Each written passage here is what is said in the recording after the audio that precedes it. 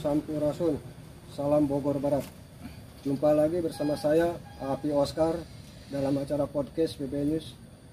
Kebetulan hari ini saya berada di sebuah kafe, di Kafe Walet namanya, Jalan Raya Kalonglut, Bantar Karet. Nah, nggak tahunya saya juga agak heran ini.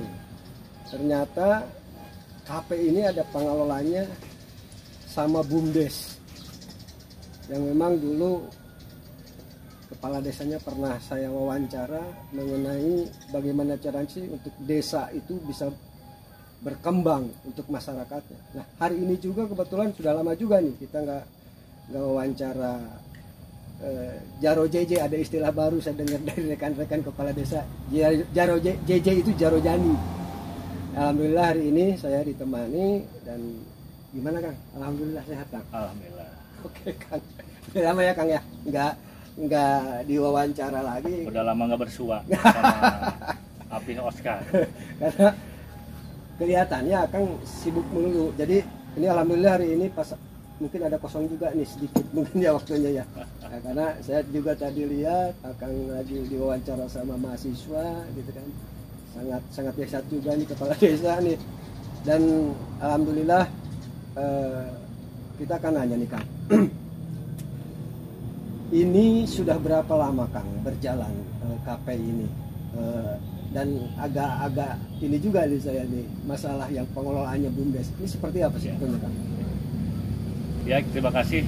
Assalamualaikum warahmatullahi wabarakatuh. Saya ucapkan selamat datang kepada Api Oscar dari BBN News yang mana sudah berkunjung ya ke Desa Kalonglut khususnya, tepatnya di Kafe Walet, yang mana Kafe Walet ini adalah bagian daripada salah satu unit usaha badan usaha milik desa, khususnya di bidang perdagangan.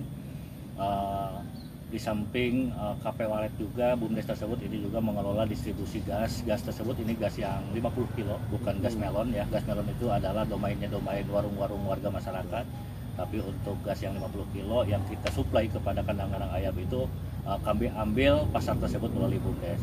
Nah, adapun untuk Kafe Walet yang kita duduk pada kesempatan hari ini adalah bagian daripada salah satu unit usaha badan usaha milik desa di bidang perdagangan.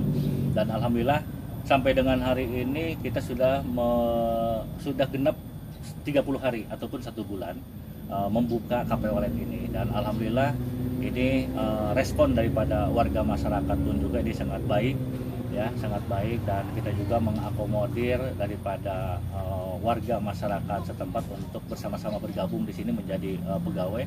Ada sebanyak 6 orang warga masyarakat Desa Kalonglut yang kami libatkan untuk mengelola kafe ini. Artinya tenaga kerjanya juga kan orang-orang masyarakat Akang juga ya? Ya. Intinya seperti itu Kang. Baik Kang, ini kan cara pengaturannya Akang ini saya ingin tahu juga, dan ini untuk supaya ekspor ke rekan-rekan yang lain juga selaku para kepala desa. Secara manajemen seperti apa sih Kang? Akang ini kan nggak harusnya mungkin dikuasai oleh desa, tapi kan diberikan untuk BUMDes ini kan seolah-olah Kang ini selaku apa sebetulnya nih Kang, kalau boleh tahu? Baik, kaitan dengan masalah pengelolaan badan usaha milik desa, yang mana kapasitas kepala desa itu ex officio bertindak sebagai penasehat, atau di dalam strukturnya itu adalah bertindak sebagai komisaris, ya komisaris untuk di badan usaha milik desa. Merujuk kepada peraturan pemerintah nomor 11 tahun 2021, yang mana fungsi kepala desa di dalam badan usaha milik desa tersebut itu ada 3. Yang pertama itu adalah sebagai penasehat, yang kedua itu adalah sebagai untuk mengayomi pelaksanaan badan usaha milik desa tersebut, pengawas juga. Dan yang ketiga ini adalah juga untuk menjelaskan lebih untuk kepentingan warga masyarakat. Pada prinsipnya secara garis besar kapasitas Kades itu ya hanya sebatas penasehat di badan usaha milik desa tersebut. Pertama, kita juga mengarahkan agar usaha yang dilaksanakan oleh BUMDes ini tidak bersinggungan dengan usaha warga masyarakat. Jangan sampai mematikan usaha-usaha masyarakat. Makanya kita sebelumnya kita juga melakukan asesmen ataupun melihat dari sisi potensi dan masalah yang ada di desa kita juga, yang mana dari dua indikator tersebut yaitu kita masukkan ke dalam sebuah program untuk masuk ke dalam unit usaha di Badan Usaha Milik Desa. Artinya sangat dipertimbangkan juga. Tadi Akang berbicaranya supaya tidak merugikan masyarakat Akang sendiri. Itu penuh pertimbangan juga ini, Ya. bikin kafe juga. Ya, salah satunya itu. Salah satunya kita ini jangan sampai kita membuat usaha, membuat usaha ini yang bersinggungan dengan masyarakat. Pada prinsipnya jangan sampai kita ini mematikan usaha masyarakat juga.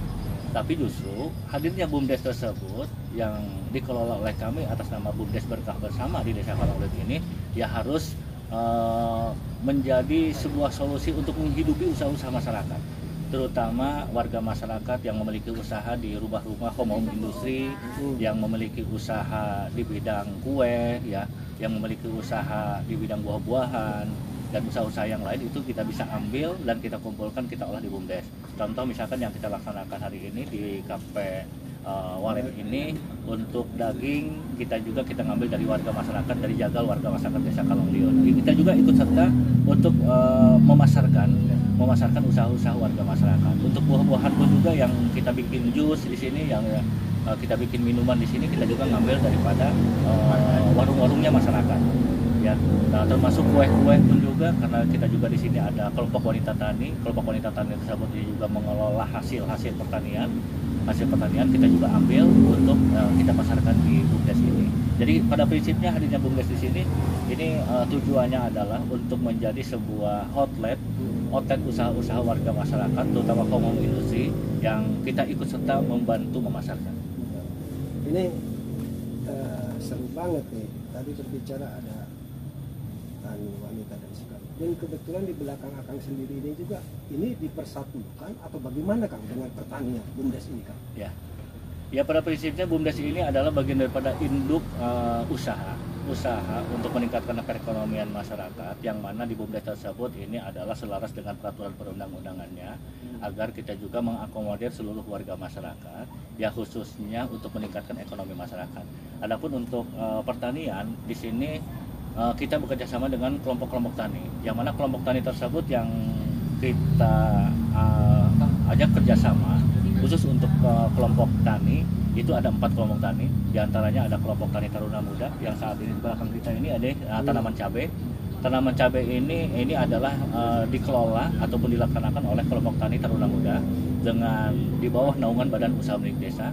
Terus yang kedua ada kelompok tani Cempaka 2. Kelompok tani Cempaka 2 pun juga ini sama, itu mengelola pertanian dan itu ada di bawah naungan BUMDes. Kelompok tani Sukamaju juga, dan sama kelompok tani Pasir Manggu ataupun kelompok tani Paguyuban Pasir Manggu. Itu semuanya ada 4 kelompok tani ini yang mengelola anggaran dari desa, dalam hal ini melalui program ketahanan pangan yang sudah kami serahkan kepada Badan Usaha Milik Desa. Dalam hal ini melalui program dana penyertaan ini dikelola oleh kelompok tani.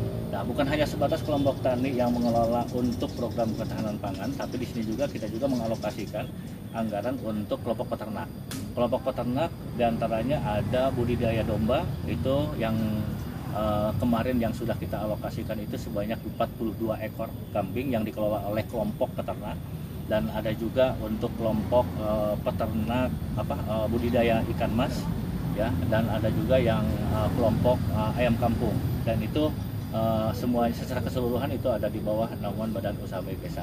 Dan mudah-mudahan melalui kelompok-kelompok tani ini, warga masyarakat kami yang notabene sebagai para petani ini bisa mandiri, dan tentunya kita berharap lebih untuk meningkatkan ekonomi daripada warga masyarakat. Oke Kang, ini sangat detail dan jelas sekali nih Kang. Cuman saya juga agak bingungnya begini Kang. Ngaturnya itu akan seperti apa sih sebetulnya? Kan oke lah, semua BUMDes, semua petani dan lain-lain itu kan tetap ini anggaran penyerapan itu kan anggaran desa ya Kang. Dari desa lah, ya, yang dari desa. Bagaimana akan bisa boleh dibilang begini? Ini percaya ini bahan, ada nggak aturan main yang memang diterapkan oleh pihak desa? Ini mohon maaf, konteksnya ada yang berhasil, ada yang tidak juga Kang.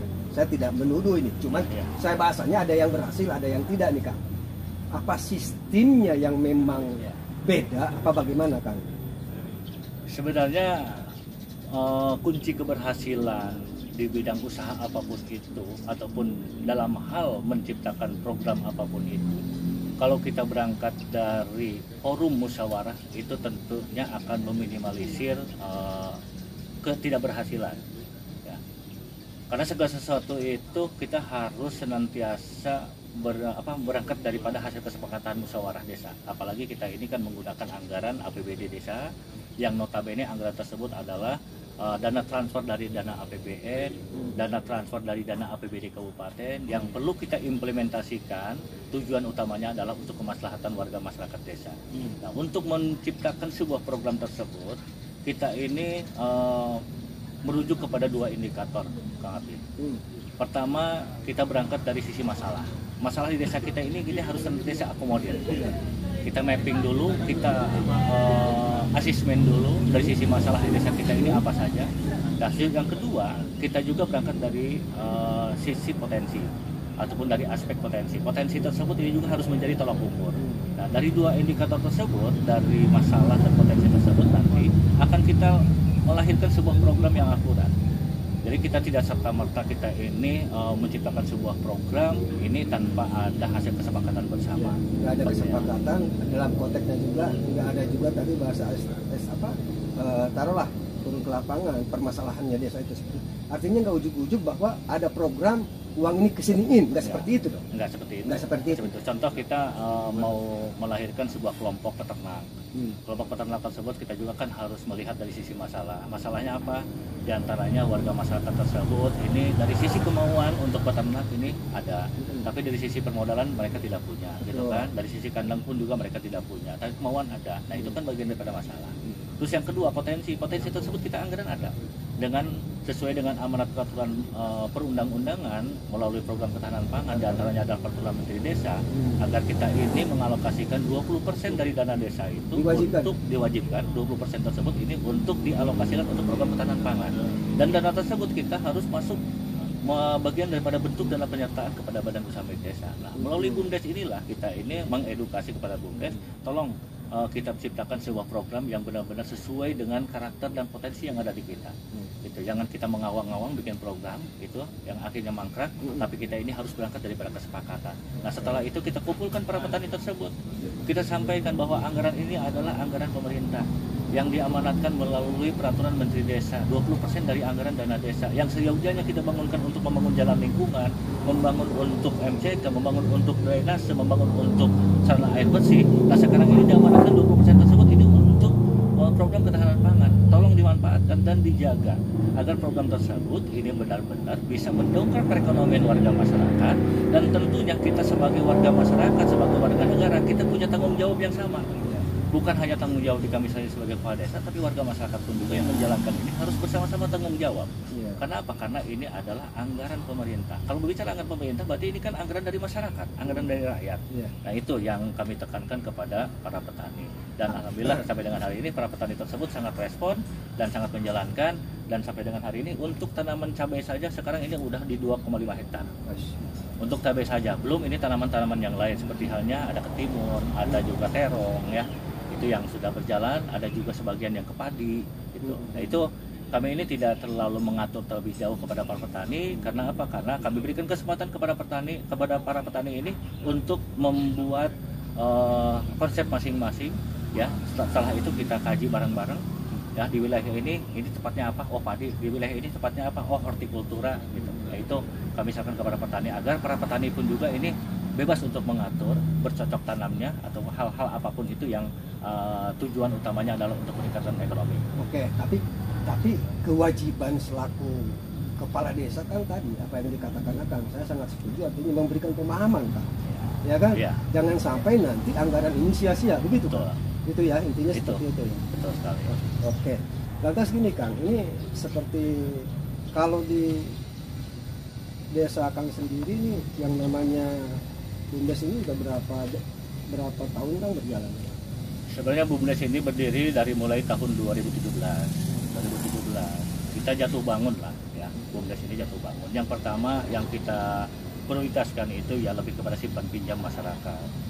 Dari mulai tahun 2017 kita punya tujuannya adalah untuk meminimalisir keterkaitan warga masyarakat yang bergantung kepada bank keliling, yang bergantung kepada Bank Emok. Makanya dari mulai tahun 2017 sampai tahun 2019 kita ini concern ke simpan pinjam masyarakat dan sudah kita gulirkan kepada warga masyarakat.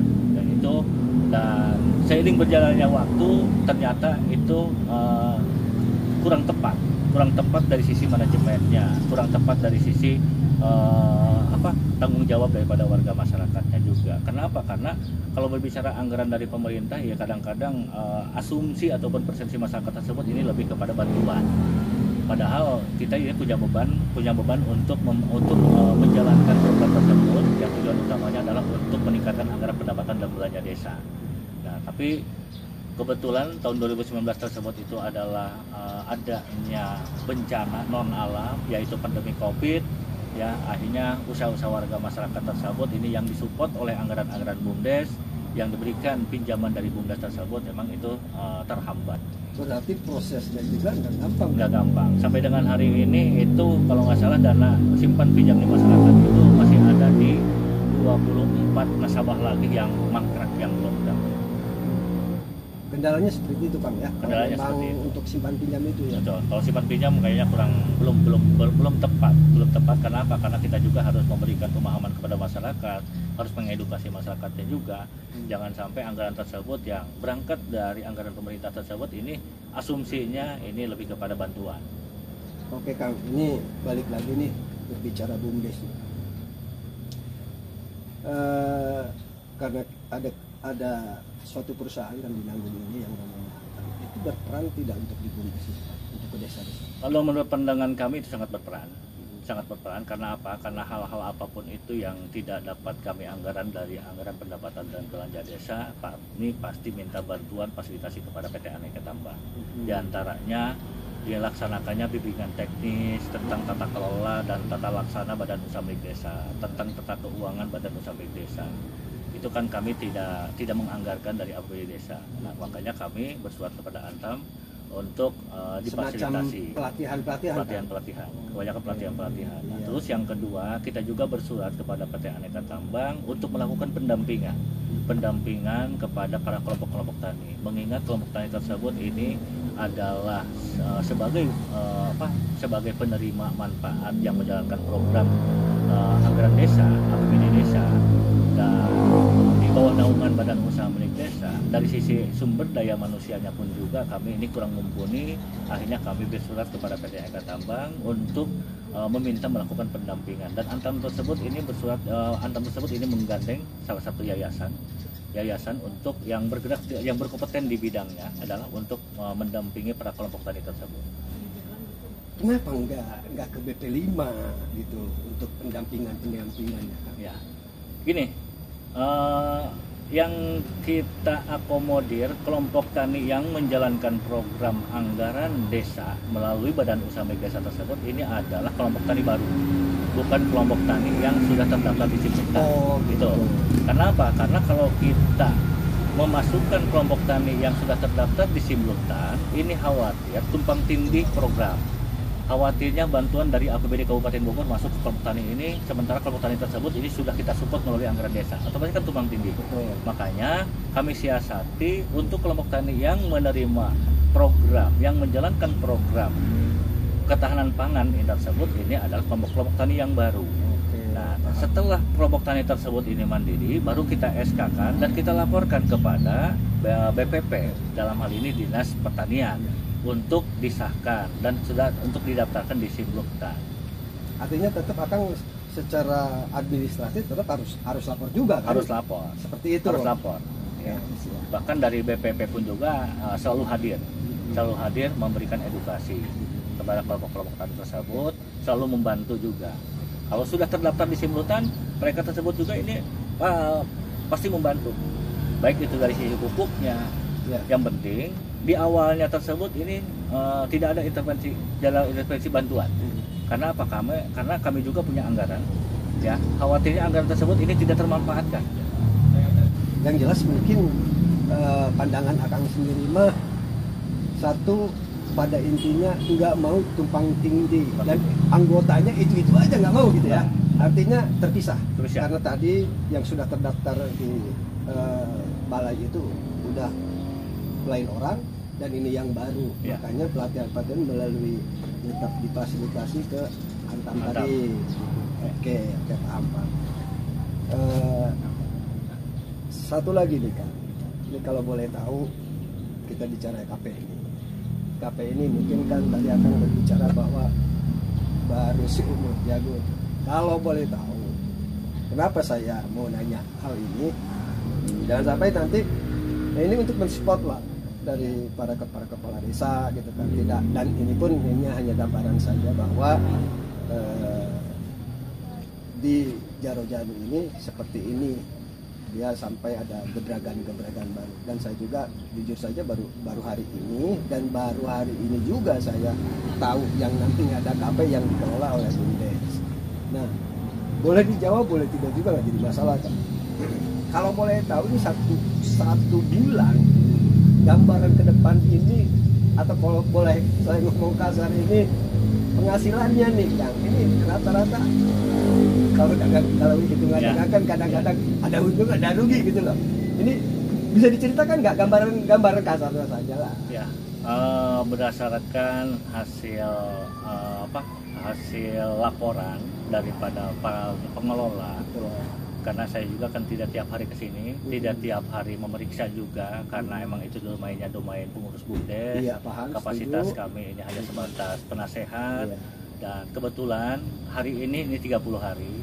Dan di 30 hari tersebut semalam saya kumpulkan para pengurus BUMDes baru semalam untuk mengevaluasi apa kekurangannya, ya, apa yang perlu kita perbaiki. Nah, itu bagian daripada yang saya sampaikan semalam waktu kita rapat diskusi dengan para BUMDes, dan termasuk progres usaha yang dijalankan selama 1 bulan ini. Dan alhamdulillah dalam 1 bulan ini, dari mulai tanggal 15 Agustus sampai dengan tanggal 15 September hari ini, itu semalam itu anggaran secara keseluruhan dapat hasil daripada usaha KP walet yang kita duduk hari ini, itu malam itu sudah terkumpul 32 juta. 32 juta, jadi rata-rata ya 1 juta satu hari lah. 1 hari, dan itu pun juga belum dipotong libur, karena setiap hari Jumat kadang-kadang kita libur hari Jumat gitu ya. Ya, artinya kan sangat ya, gambaran ke depan ini mungkin lah bagus lah kalau dengan pemasukan seperti itu ya Kang. Ya. Nah, ini satu lagi nih Kang, kita harus perlu luruskan juga nih Kang. Konteks di sini kan berarti kan Kang Jarojani juga nggak lepas begitu saja ya. Artinya tetap ngontrol lah ya, supaya kenapa ini dalam konteksnya selalu panjang gitu ya, selalu kontinu usaha di BUMDes itu.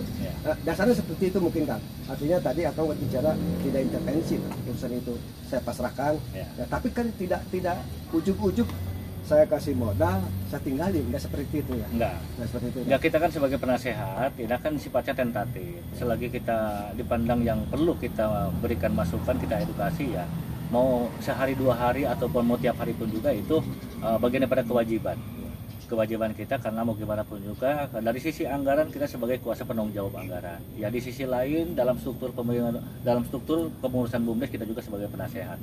Jadi kita ini dikala menurut pandangan kita ataupun masukan dari luar ya, ataupun dari melihat daripada berjalannya usaha tersebut ini, menurut pandangan saya ini kurang baik, pasti saya memanggil ketua BUMDes, tolong perbaiki dari sisi ini, tolong dilengkapi gitu ya. Nah, luput dari harapan juga kan, yang namanya kita ke depan itu kan tidak tahu ya kan konteksnya seperti itu. Tapi secara pribadi kan negara yang pemegang kebijakan harapannya seperti apa kan, seperti makanya taruhlah mungkin ujungnya ini di BUMDes seperti apa kan ke depan. Ya, pada prinsipnya dengan lahirnya Undang-Undang Nomor 6 yang mana sekarang ini sudah berubah menjadi Undang-Undang Nomor 3 tahun 2024 tentang perubahan kedua atas Undang-Undang Nomor 6 tahun 2014 tentang desa, yang mana desa tersebut kita ini dituntut untuk menjalankan badan usaha milik desa sesuai dengan amanat peraturan pemerintah nomor 11. yang mana kita ini dengan setelah lahirnya undang-undang tersebut kita ini tidak diwajibkan ataupun tidak diperbolehkan untuk memungut iuran dari administrasi ya kepada warga masyarakat. Jadi seluruh pelayanan administrasi tersebut ini gratis total. Tidak ada pungutan biaya apapun gitu ya. Makanya untuk mencari anggaran pendapatan asli desa itu salah satu alternatif ataupun opsi yang tepat itu adalah melalui badan usaha milik desa. Melalui BUMDes inilah domain untuk meningkatkan PAD desa. Makanya untuk meningkatkan PAD desa tersebut kita butuh kolaborasi antara pemerintah desa dengan pengurus badan usaha milik desa.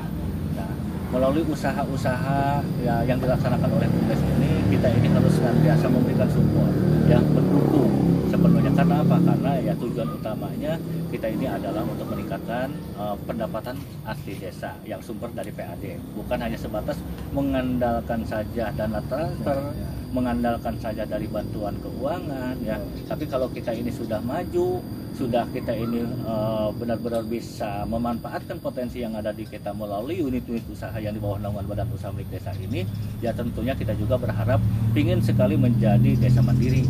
Ya, desa mandiri dalam arti kita ini bisa membangun sesuai dengan anggaran yang kita ambil dari desa kita sendiri, pengelolaan sendiri, gitu. Ada nggak saran-saran untuk rekan-rekan satu desa? Ya kadang-kadang kan begini Kak, suka ada juga mau melaksanakan ini takut, boleh ini melaksanakan ini seperti apa sih Kak? Ada saran nggak untuk rekan-rekan? Ya pada prinsipnya kita ini dalam melaksanakan program kita ini jangan takut gagal ya. Karena apa? Kegagalan tersebut itu adalah bagian daripada cermin untuk perbaikan ya, karena semua juga pasti pernah gagal. Dari kegagalan tersebut tentunya itu adalah bagian daripada untuk mengevaluasi dan mengkoreksi program tersebut tepat ataupun tidak ya. Dan saya pun juga kan belum tentu yang kita jalankan ini adalah sukses sepanjangnya, tapi itu adalah bagian daripada ikhtiar. Bagian ikhtiar yang notabene kita ini sebagai kepala desa punya kewajiban untuk meningkatkan ekonomi masyarakat ya, tentunya yang selaras dengan peraturan perundang-undangan. Tujuan utamanya adalah untuk kemaslahatan warga masyarakat desa. Cukup kan? Baik, itu sangat detail dan sangat jelas obrolan hari ini dengan Kang JJ, ada istilah baru Kang Jarojani. Baik, saya hanya cukupkan hari ini. Terima kasih Kang sudah melaksanakan, sudah dikasih kopi. Terima kasih. Mudah-mudahan. Bagaimana rasanya? Rasanya kopi sama makannya tadi? Waduh, jangan takut Kang. Terima kasih banyak sudah dijamu sama Kang Jarojani. Itu saja. Terima kasih. Sampai jumpa lagi bersama Api Oscar. Assalamualaikum warahmatullahi wabarakatuh. Sampurasun. Salam Bogor Barat.